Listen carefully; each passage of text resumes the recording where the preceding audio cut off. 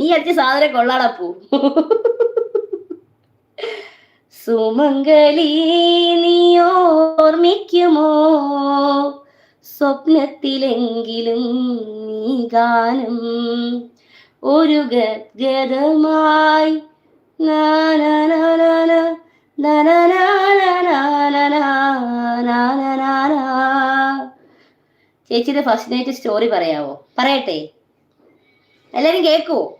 എല്ലാരും കേൾക്കുമെങ്കിൽ ഞാൻ പറയാം. എല്ലാരും കേൾക്കുവാണെങ്കിൽ ഞാൻ പറഞ്ഞുതരാം. ഓരോരുത്തരടുത്ത് ഞാനും ബിജോ ചേട്ടനും ഉണ്ടായിരുന്നു. ഞങ്ങൾ തമ്മിൽ കല്യാണം കഴിക്കാൻ തീരുമാനിച്ചു. അങ്ങനെ വീട്ടുകാരൊക്കെ ഞങ്ങളുടെ കല്യാണം നടത്തി. അപ്പൊ ഞങ്ങളുടെ മനസ്സിൽ ആകപ്പാടെ കല്യാണം കഴിഞ്ഞ് ഫസ്റ്റ് നൈറ്റ് എങ്ങനെ നടത്തും, ഫസ്റ്റ് നൈറ്റ് എങ്ങനെ നടത്തും എന്നുള്ള ചിന്തയാണ്. ചെറുപ്രായമാണല്ലോ, ചോര തിളയ്ക്കുന്ന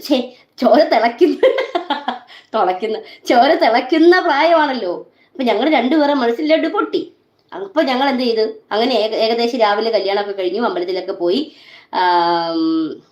അബ്സല്യൂട്ട് ആണ് അടിച്ചത് അമ്മൂസേന്ന്. കണ്ടാ ഓർക്കൊക്കെ അടിക്കും ചെറുക്കൻ. എന്നിട്ട് ഞങ്ങൾ അങ്ങനെ കല്യാണമൊക്കെ കഴിഞ്ഞു. ഉച്ചയ്ക്ക് ഫുഡെല്ലാം കഴിച്ചു, എല്ലാവരും പോയി. ഉച്ച കഴിഞ്ഞ് ഫോട്ടോഷൂട്ടൊക്കെ കഴിഞ്ഞു. അങ്ങനെ രാത്രി ആവുമെന്ന് വിചാരിച്ചിരുന്നത് നേരം പോണേ ഇല്ല. ഒരു തരത്തിൽ 4, 4:30, 5 മണി എത്തിച്ചു നമ്മൾ അങ്ങട്. അപ്പോഴും ഞങ്ങളുടെ മനസ്സിൽ ഇന്ന് ഫസ്റ്റ് നൈറ്റ് ആണല്ലോ, ഇന്ന് ഫസ്റ്റ് നൈറ്റ് ആണല്ലോ എന്നുള്ള ചിന്തയാണ്. എന്നിട്ട് എന്ത് ചെയ്തു, രാത്രി അങ്ങനെ 7 മണിയായി. അപ്പൊ 7 മണിയായപ്പോൾ എല്ലാവരും പറഞ്ഞിരുന്ന ഫുഡ് കഴിച്ചിട്ട് നേരത്തെ കിടന്ന് ഉറങ്ങാം എന്ന് പറഞ്ഞു. കാരണം പിറ്റേ ദിവസം എല്ലാവർക്കും റബ്ബർ വെട്ടാൻ വേണ്ടി പോണേ, ബിജോ ചേട്ടൻ അടക്കം പോകേണ്ടതാണേ. അങ്ങനെ ഞങ്ങൾ 7 മണി 7 ആയപ്പോൾ തന്നെ ഞങ്ങൾ ബിരിയാണി ആയിരുന്നു. നമ്മൾ അങ്ങനെ ബിരിയാണിയൊക്കെ കഴിച്ചു.